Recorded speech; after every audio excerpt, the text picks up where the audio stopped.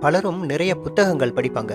ஆனா, அவர்கள் பொதுவா சொல்லக்கூடிய ஒரு குற்றச்சாட்டு என்ன அப்படின்னா, "நான் நிறைய புத்தகங்கள் படிக்கிறேன். ஆனா, படிக்கக்கூடிய எல்லா விஷயங்களையும் என்னால நினைவுல வச்சுக்க முடியல." அப்படின்னு குறை கூறுவாங்க. அவர்களுக்காக சொல்லப்பட்ட ஒரு ஜென் கதை தான் இது. இதே மாதிரி ஒரு ஜென் மடாலயத்துல இருக்கக்கூடிய குரு கிட்ட ஒரு சிஷ்யன் போயிட்டு சொல்றான், "நீங்க சொன்னீங்கன்ட்டு நிறைய புத்தகம் படிக்கக்கூடிய ஒரு பக்குவத்தை நான் வளர்த்துக்கிட்டேன். ஆனா, எவ்வளவு படிச்சாலும் நான் கடைசியா படிச்ச புத்தகத்துல இருக்கக்கூடிய செய்தி மட்டும் தான் மேலோட்டமா நினைவுல இருக்கு. நான் அதுக்கு முன்னாடி படிச்சதெல்லாம் எனக்கு மறந்து போய்கிட்டே இருக்கு. இதனால என்ன பிரயோஜனம்?" அப்படின்னு அவர் அமைதியா ஒரு வாளி எடுத்து அவன் கையில கொடுத்து, "இது ஃபுல்லா தண்ணி மொண்டு எடுத்துக்கிட்டு வா" அப்படின்னு சொல்லியிருக்காரு. அந்த வாளி அப்பதான் அவன் பார்க்கறான், அது ஃபுல்லா ஓட்டையா இருக்கு. அதோட இல்லாம அதுல சேறு சகதி எல்லாமே படிஞ்சு ஒரு பழைய அழுக்கடைந்த வாளியா இருக்கு. சரி, குருநாதர் சொல்றாருன்ட்டு அந்த வாளி நிறைய தண்ணி எடுத்துட்டு வரான். அவன் ஆத்துல இருந்து மடத்துக்கு வரத்துக்குள்ள எல்லா தண்ணியும் அது ஓட்ட வழியா கீழே போயிடுது. திரும்பவும் இன்னொரு வாட்டி அனுப்புறாரு. இதை போல 4-5 முறை எடுத்துக்கிட்டு வரான். அந்த அழுக்கான ஓட்டை வாளி முழுவதும் தண்ணீர் நிரப்பி தான் அவன் ஆத்துல இருந்து எடுத்துக்கிட்டு வரான். ஆனா அந்த புத்த மடாலயத்துக்கு வரும்பொழுது அந்த வாளி காலியா இருக்கு. இதனால கொஞ்சம் லேசா கடுப்படைஞ்ச அந்த சிஷ்யன், "குருவே, நான் கேட்ட கேள்விக்கு நீங்க இன்னும் பதில் சொல்லல. அதுக்கு பதிலா என்ன வீணா